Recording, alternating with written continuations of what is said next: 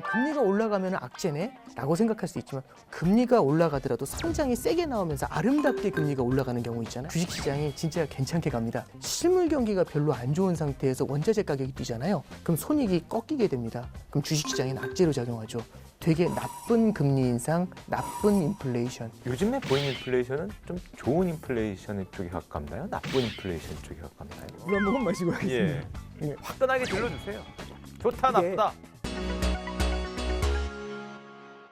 금리 인상, 인플레이션, 내 주식 도대체 왜 안 올라가는가? 가장 날카로운 분석을 해주실 분을 모셨습니다. 오건영 신한은행 IPS 본부 부부장님 모셨습니다. 안녕하십니까? 네, 안녕하십니까? 인터넷에서 각건영으로 불리시더라고요. 아닙니다.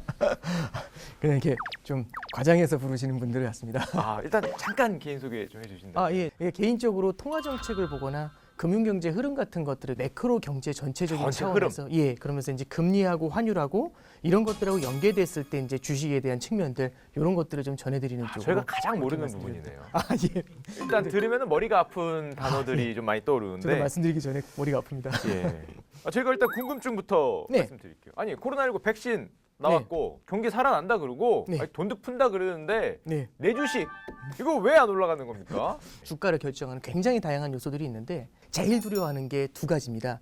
첫 번째는 물가가 올라오거나 두 번째는 금리가 올라오는 게 무서워요. 경기 부양을 할 땐 일반적으로 돈을 막 쏟아부으면서 돈의 공급이 늘어나면 돈의 값인 금리가 내려가게 됩니다.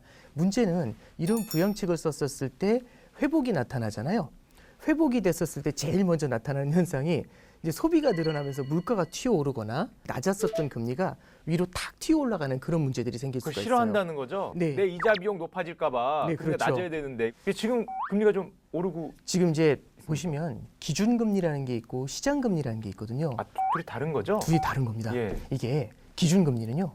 중앙은행이 결정하는 정책금리라는 겁니다. 네. 초단기 금리고요. 한국은행이 시중은행에 자금을 공급할 때는요. 하루짜리라든지 7일짜리 초단기로 자금을 공급을 해줍니다. 네. 그때 적용되는 금리가 기준금리라는 거예요. 네. 기준금리는 지금 중앙은행에서 더 이상 올리지 않으려고 딱 잡아놨어요. 네. 근데 문제는 뭐냐면 시중금리가 탁탁 튀어 올라가는 문제가 지금 생기고 있습니다. 작년에는 올라오는 걸 계속해서 견제를 해줬었는데 지금은 그냥 손을 딱 팔짱을 끼면서 눌러놓던 걸 싹 빼버린 거죠. 싹 손을 떼니까 금리가 위로 눌러놨던 게 용수철처럼 위로 툭 튀어오르는 거죠. 손을 뗐습니까? 예, 그러니까 두 가지죠. 금리가 올라왔다는 것. 두 번째는 나를 항상 도와주던 중앙은행이 갑자기 다른 데를 쳐다보고 있다는 것. 이 두 가지가 굉장히 부담스럽게 다가오는 겁니다. 그럼 내 주식이 안 올라가는 거는 저 중앙은행장 아저씨들이 약간 우리한테서 시선을 떼서다. 그럼 부부장님, 네. 아까 말씀하실 때 네. 우리 금리라는 게 오르면 네. 중앙은행이 이렇게 과거에는 낮춰주려는 역할을 했다고 하시지 않았어요? 네. 과거에는 뭐를 했고 요즘에 안 하고 있는 게 어떤 건가요? 네. 이게 이제 금리 이게 이제 시계열이라고 한번 해볼게요. 그럼 이게 하루짜리고, 이게 한 달짜리고, 이게 1년짜리고, 이게 한 10년 됩니다. 그러면 하루보다는 한 달이 높고, 한 달보다는 1년이 높고, 1년보다는 10년이 높으니까 금리가 보통 이렇게 형성이 돼요. 그러니까 한 달, 1년, 10년 이런 커브가 식으로 그렇죠. 있었다는 금리 거죠? 커브가 예, 나오게 예. 되죠.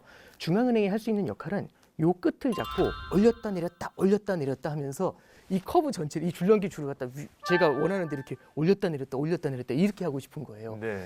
근데 문제가 하나 생겼습니다. 언제 문제가 생기냐면은 글로벌 금융위기 때 문제가 생기게 되죠. 단기 금리를 아무리 잡아내려도요. 장기 금리 시장이 말을 안 들어요. 그래서 중앙은행이 직접 나서가지고 뭘 하냐면 해서는 안 되는 짓을 합니다. 어떤 짓을 하냐면 장기 국채를 사기 시작하는 거죠. 네. 장기 국채를 담보로 해서 돈을 찍는 겁니다. 네. 이것만 올렸다 내렸다 한다고 말씀드렸죠. 네. 이제 뭘 하냐면은 장기 국채를 사면서 장기 영역, 10년짜리 영역에 돈을 막 뿌립니다. 네. 돈의 값인 금리가 이렇게 쭉 누워버리게 되는 거죠. 네. 그래서 장기 국채를 사들이는 거를 조금 어려운 말로 뭐라고 하냐면 양적 완화라고 표현을 합니다. 그게 양적 하나예요? 예, 그래서 양적 완화를 통해 가지고 이렇게 장기 국채를 이렇게 쭉 눌러버리는 거죠. 근데 최근에 보면 이렇게 툭 튀어 올라오죠. 툭 튀어 올라오니까 이제 시장이 요즘 금리가 올라와서 좀 부담스러워요. 양적 완화 좀 늘려주면 안 돼요? 그러니까 양적 완화를 늘린다는 얘기는 장기 국채 더 사서 이거 좀 눌러주면 안 돼요? 올라오는 게 부담스러우니까. 근데 이제 거기에 대해서 작년 11월, 올해 1월 두 번 다 뭐라고 얘기를 하냐면 금리가 올라오는 건 정상적인 현상이다 하면서 아무런 조치를 취해주질 않아요. 백신이 나오면서 이제 마스크 벗는다. 이른바 이제 보복 소비에 대한 얘기까지 나오고 있습니다. 네. 그러면 굉장히 실물 경제가 과거에 비해서는 굉장히 강한 모멘텀을 받을 수 있는 거죠. 이런 것들이 딱 버무려지면서 작년에 그 너무나 연약했었던 애가 이제는 어느 정도로 좀 튼실해 보이는 겁니다. 그러면 사실은 주가가 조금 하락한다. 이런 것들에 대해서 중앙은행이 크게 걱정할 필요는 없겠죠. I don't care죠. 이런 얘기를 할 수 있는 나쁜 거죠. 놈들하고 하는데. 아이돈 케어만 안 되는 상황인데.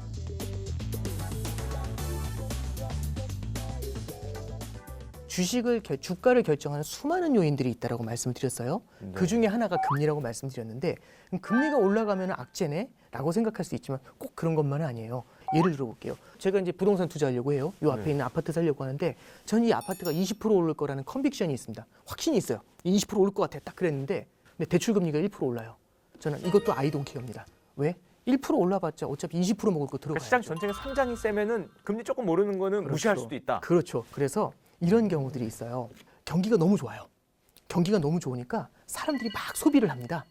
사람들이 막 소비를 하면 당연히 기업들은 실적이 좋아지니까 주가가 올라가겠죠. 네. 와, 그러면 생산 라인을 늘려가지고 더 늘려요. 더 생산을 해야 돈을 더 벌겠다. 이제 이런 생각을 하죠. 그래서 생산 라인을 더 늘리려고 하는데 그러려면 돈이 필요하죠. 네. 그럼 돈을 빌려요. 그래서 기업 대출이 일어나죠. 기업들이 투자를 늘리기 위해서 돈을 빌립니다. 그럼 돈을 빌리는 과정에서 너도 나도 돈을 빌리게 되면 돈의 값인 금리는 뛰어 올라가겠죠. 빌릴 사람이 많으니까. 그렇죠. 빌리는 사람이 네. 많으니까 금리가 뛰겠죠. 그런데 이렇게 해서 빌린 돈으로 투자를 늘립니다. 생산 설비가 늘어나게 되면 저 같은 사람도 채용이 되겠죠. 네. 그럼 어떤 일이 벌어지냐면 일자리가 늘어나요. 그럼 사람들의 전반적인 소득이 증가합니다. 소비가 증가하겠죠.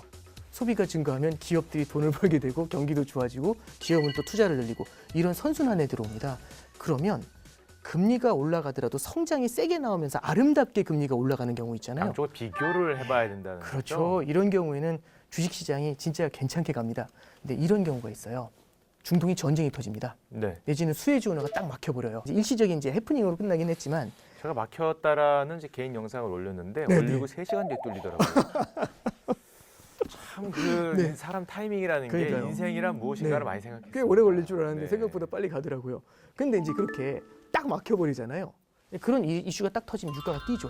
그 원자재 가격이 오르게 된다는 얘기는 매출액은 그대로인데 비용이 증가하는 거잖아요. 네. 그럼 손익이 줄어들 겁니다. 그럼 보통 기업들이 어떻게 움직이냐면 비용이 올라가는 만큼을 소비자한테 전가하죠. 가격 진짜 빨리 올리더라고요. 그렇죠. 네. 근데 문제가 하나 있어요. 실물 경기가 안 좋잖아요. 다들 어떻게든 살아남으려고 경쟁합니다. 그럼 가격을 못 올려요. 그래서 소비자가에 전가를 하지 못합니다. 그럼 어떤 일이 벌어지냐면 매출액은 똑같은데 비용이 늘죠. 그럼 손익이 꺾이게 됩니다. 그럼 주식시장에는 악재로 작용하죠. 물가가 아름답지 않게 오릅니다. 금리도 뛰니까 이자 부담도 늘어나죠. 이런 것들이 되게 나쁜 금리 인상, 나쁜 인플레이션 이렇게 얘기를 합니다. 이런 경우가 되게 좀 불편한 그런 형태의 인플레이션이 돼요. 그럼 요즘에 보이는 인플레이션은 좀 좋은 인플레이션 쪽에 가깝나요? 나쁜 인플레이션 쪽에 가깝나요? 지금 이제 제가 판단하는 것보다는 네네. 그러니까 제가 판단을 해봤자 네가 무슨 근거로 네가 무슨 능력이 아니, 이렇게 생각할 수 있는데 더마스터 나오셨으면 그 정도는 뭐 아, 예. 말씀할 수 있으시죠? 예, 물 한 모금 마시고 하겠습니다. 예. 화끈하게 질러주세요. 좋다 이게- 나쁘다.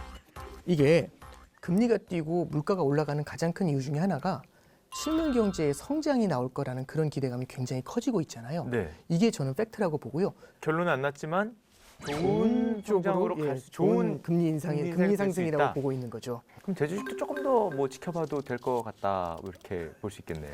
그러니까 이런 거죠. 코로나 사태는 성장을 망가뜨려 버렸어요. 네. 그래서 저성장을 만들었죠. 저성장을 헤어나기 위해서 돈을 뿌립니다. 돈이 많이 풀려 있어요. 이 돈이 어디론가 가야 되는데 무언가 수익이 나는 쪽으로 가야 될 거 아니에요. 네. 근데 아니 성장이 나오지 않는데 저성장이 오면서 무슨 수익이 나? 저성장 국면이지만 이런 데서도 성장이 나오는 애들이 있죠. 언택트 같은 애들. 그럼요. 이런 애들은 희소 가치가 있는 거죠. 테슬라 있잖아요. 그렇죠. 이런 기업들 쪽으로 자금이 확 몰려 들어가게 됩니다. 저성장 상황에서 저금리가 펼쳐지게 되고 돈이 풀렸을 때는 성장주가 좀 더 많이 자극을 받는다. 이런 얘기를 하는 겁니다. 네. 근데 만약에 실물 경제의 성장이 나옵니다. 그러면서 금리가 올라요. 그러면 걔만 성장한다라고 걔만 이뻐 보였다가 이제 다 성장하는 거죠. 네. 그럼 어떤 일이 벌어지면 걔의 희소 가치가 떨어질 수 있죠. 그러면 자금이 다른 쪽으로 풀려 나오게 됩니다. 그래서 제주식을 보셨느라는 생각이 살짝 이제 들었는데 말씀해 주셨던 성장주를 갖고 계신 케이스겠죠. 예, 상당히 좀 답답한 상황에 있습니다. 개인적으로는.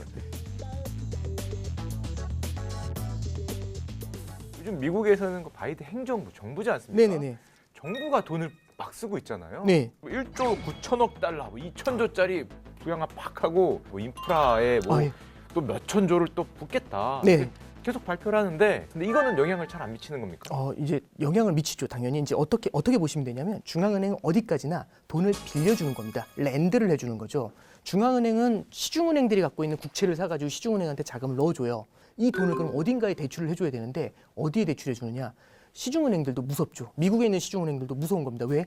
코로나 사태 때문에 감히 서민 경제 지금 너무 힘들어하는 서민 경제에 돈을 밀어주게 되면 이게 이제 부실로 이어질 수가 못 있잖아요. 갚을까 봐. 그럼 어디가 딱 보이냐면은 자꾸 자산시장 뿌리는 족족 이렇게 위쪽으로 올라가가지고 자산시장을 계속 부풀어 오르게 만들잖아요. 그래서 중앙은행의 통화 정책은 빌려준다라는 데 한계가 있는 겁니다. 그래서 작년에 중앙은행 총재가 뭐라고 하냐면 도저히 안 되겠다.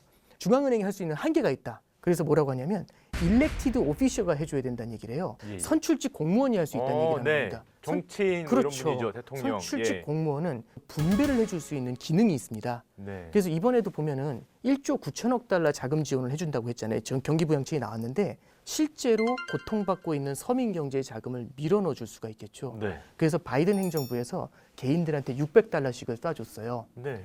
이번에도 뭘 준비했냐면 1,400달러를 따로 준비해가지고 개인들한테 자금을 쏴주는 작업을 합니다. 서민 경제 쪽으로 흘러들어갈 수 있도록 정부는 물꼬를 확 잡아틀 수가 있는 거죠. 네. 이게 재정부양책의 효과입니다. 그래서 그렇게 돈을 뿌린다는데 자산시장은 그렇게 또 민감하게 반응을 안 하는 방향이 달라 물꼬가 달라져서 그렇죠.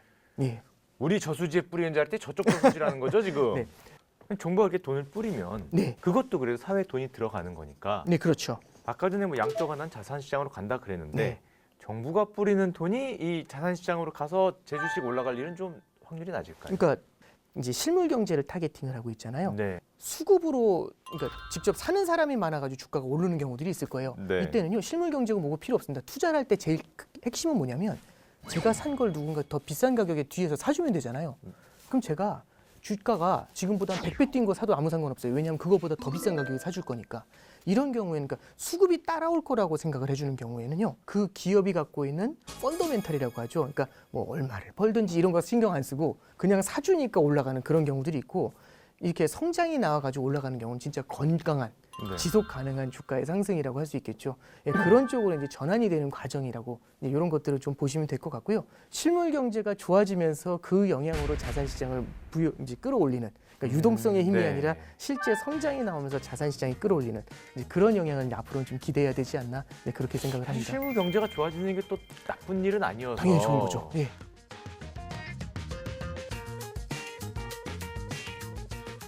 그럼 실물 경제에 돈이 들어가니까 일단 실물 경제에 관련된 주식이나 아니면 산업이 좋지 않을까라는 생각이 처음에 들고요. 네, 결국에는 실물 경제가 좋아지게 됐었을 때는 소매 관련 업종들, 그다음에 네. 이제 과거에 이제 코로나 사태 때 직격탄을 맞았던 그런 업종들 있잖아요.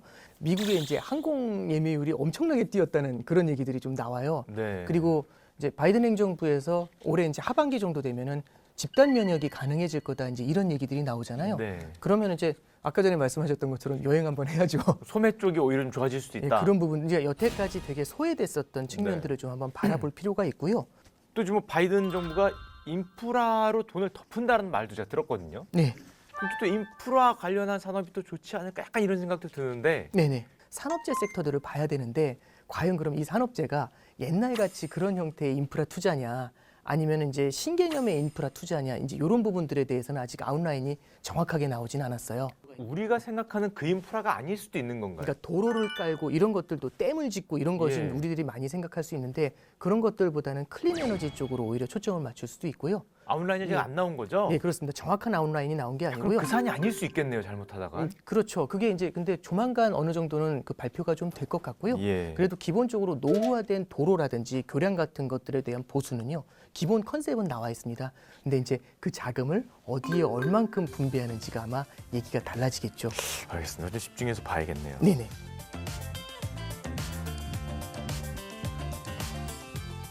후보장님, 이게 네. 작년까지만 해도 네. 특히 우리나라는 디플레이션이 좀 걱정이다. 아, 네. 얘기를 많이 했었거든요. 네. 올해 들어서 그냥 쏙 들어가고 이제는 다시 인플레이션이라는 주제가 나오는 걸 봐서는 뭔가 좀 신기하기도 하고. 이제 미국에서도 사실 작년에는 비슷하게 디플레이션에 대해서 다들 걱정을 했었거든요. 예, 중앙은행 총재, 이제 한국은행 이주열 총재도 똑같은 얘기를 하지만 마찬가지로 여전히 디플레이션이 리스크가 좀 높다라고. 아, 현재는 인플레이션보다 보고 있죠. 디플레이션 더 네. 크게 걱정하는 훨씬 더 건가요? 크게 이제 밸류를 그 비중을 좀 두고 있고요. 가장 큰 이유는 지금의 인플레이션이 일시적인 것일 수 있다라는 게 일단 되게 큰 포인트를 차지합니다. 아, 미국 중앙은행에서 물가를 볼 때 되게 큰 틀에서 세 가지 요소를 한번 보자. 이제 이런 얘기를 하죠. 그래서 그 세 가지 요소가 뭡니까 하니까 첫 번째는 에너지 가격, 국제유가 같은 거겠죠. 네. 에너지 가격. 두 번째는 수입 물가. 미국 이제 수입해 가지고 물건을 사는 경우들이 많으니까 수입 물가. 소비의 나라. 예. 그다음에 이제 세 번째가 소비 수요. 이제 이런 거 이제 세 가지를 얘기하는 거죠. 얼마나 많이 물건을 사는지 이 세 가지가 이제 되게 큰 영향을 준다라고 했는데 2020년 4월에 국제 유가를 보시면 깜짝 놀랄 일이 있었죠. 그때 국제 유가 마이너스 간 적이 있었죠. 많은 피해자가 있었습니다. 그렇죠. 네, 제 주변에도 있었어요. 그렇죠. 네. 당시에는 마이너스 40불이었는데 그게 마이너스 갈 리가 없다 이렇게 생각하고 많은 베팅을 했었거든요. 가더라고요. 그렇죠. 네. 저도 처음 봤습니다. 그런 거. 예.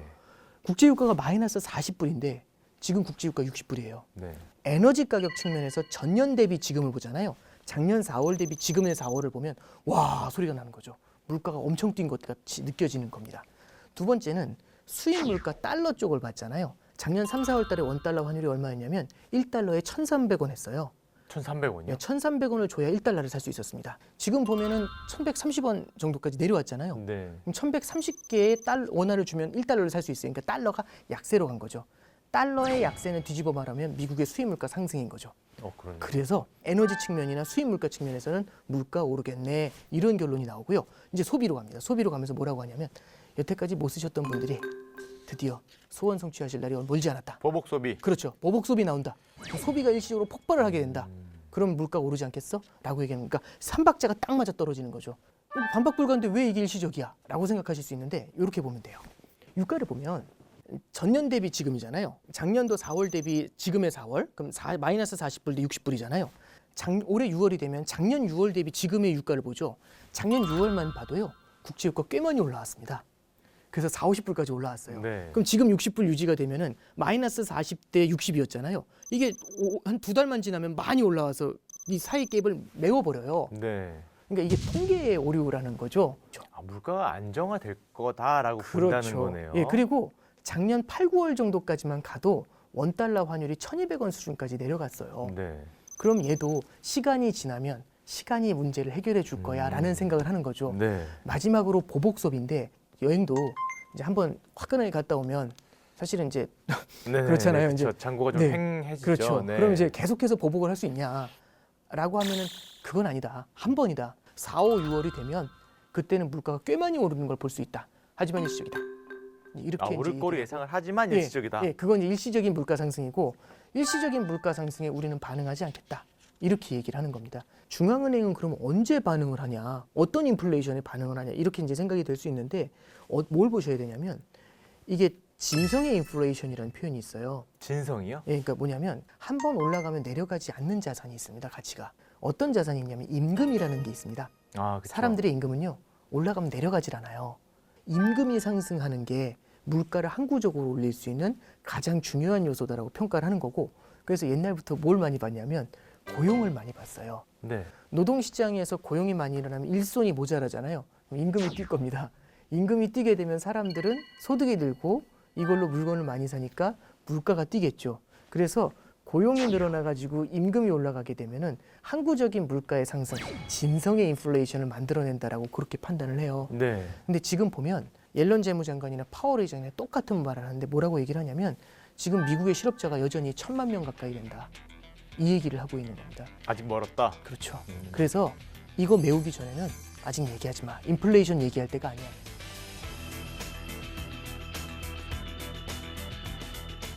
하지만 이런 상황에서 그래도 연준이 정책을 가장 많이 피는 곳이잖아요. 네. 우리가 좀 관심을 가져야 된다. 아니면 주시를 할 만한 뭐 그런 연준의 스탠스. 결국에는 지금 연준에서 얘기하는 게 금리가 올라와도 I don't care라는 얘기를 하고 있는 거잖아요. 그럼 예. 우리가 봐야 될 건 뭐냐면 언제 I do care를 할지 그걸 봐야 되는 겁니다.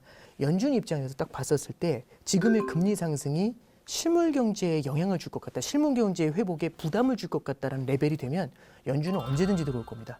지금의 금리 상승은 건전한 거다. 얼마든지 올라도 된다. 성장이 나오고 있으니까. 이 얘기는 만약에 실물 경제가 타격을 받는 것 같으면 말이 바뀌게 될 겁니다. 그 뉘앙스를 캐치하는 게 되게 중요하다라고 생각을 하고요. 그런 걸 좀 한번 눈여겨보시는 게 좋을 것 I 같습니다. don't care에서 I do care로 바뀌는 순간을 그렇습니다. 볼 필요가 있다. 네. 이런 상황에서 지금 우리가 투자 전략을 짠다면은 아, 네. 부부장님이라면 어떻게 짜실 것 같습니까? 아니면 우리한테 조언을 좀 주신다면?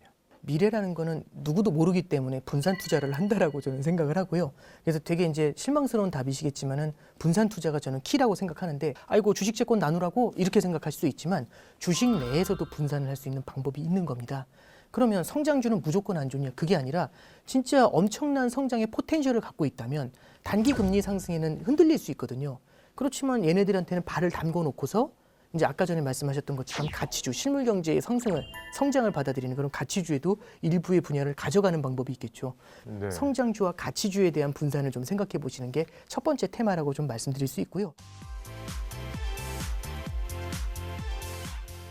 두 번째는 이제 그 금리가 좀 올라가게 되지 않습니까? 근데 너무 주식에 올인이 돼서 들어가 있을 때 그렇게 살짝 휘청하는 거에도 우리는 되게 큰 패닉을 겪을 수가 있습니다. 요즘 네. 10%도 안 빠졌는데 이거 힘들더라고요. 네, 그렇죠. 이럴 때를 대비해 가지고 우리는 이제 그 안전자산에 대한 투자를 조금 하실 필요가 있는데 안전자산 중에 대표적인 게 달러입니다.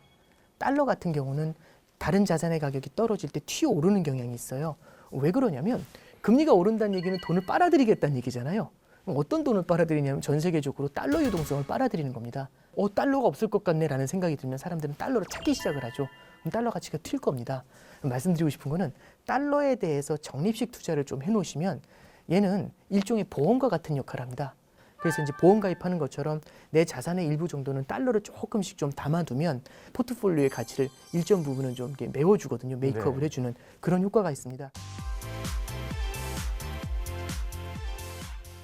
요즘 정말 답답하게 움직이지 않는 시간들이 지속이 되고 있는데요. 오늘 좀 속 시원한 그 흐름과 바탕에 어떤 게 있었는지 알아볼 수 있는 시간이 되었던 것 같습니다. 저는 되게 처음에 출연해달라는 말씀 들었을 때 좀 되게 부담스러웠어요. 그러니까 나오시는 분들이 너무 네임드들만 나오셔가지고 되게 많이 좀 놀랐는데 저는 이게 되게 진행 재밌게 해주셔가지고 예, 진행자가 아닌 게 없죠. 아주 예. 편안하게 예. 대화를 할 수가 있었던 것 같습니다. 예. 그래서 좀 작은아마 좀 투자하실 때 도움이 되셨으면 하는 그런 마음입니다.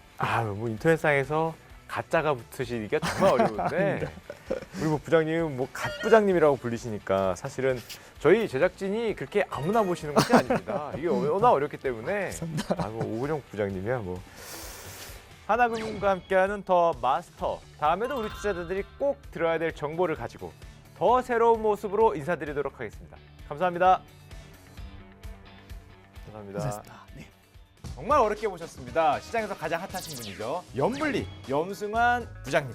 삼촌이 깨잘랑 말랑하다가 조금씩 올라가고 있거든요. 그러니까 저는 사실 이런 시장이 더 좋다고 봐요. 아직 삼성전자가 시작도 안 했거든요. 시작을 안 해도 너무 안 하는 게 네, 아니라. 너무 맞습니다. 제작진이 질문을 아주 세게 해놓으셨더라고요. 염블리 하고 싶다고 하시니까. 네네네. 올해 유망업종 탑 5를 뽑아달라.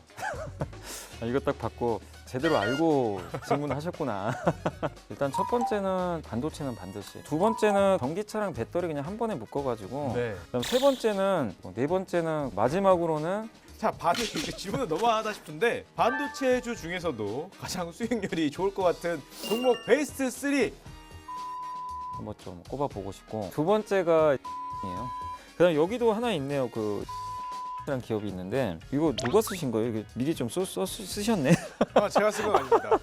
여기 정답 다 나와 있는데. 제 생각에 작가님이 자기 종목 적어놓으셨어요. 확실합니다. 아주 디테일한 질문들이 지금 네네. 줄줄이 대기하고 아유, 있습니다. 아유, 거의 좋습니다, 종목 좋습니다. 상담이 아닌가 보면서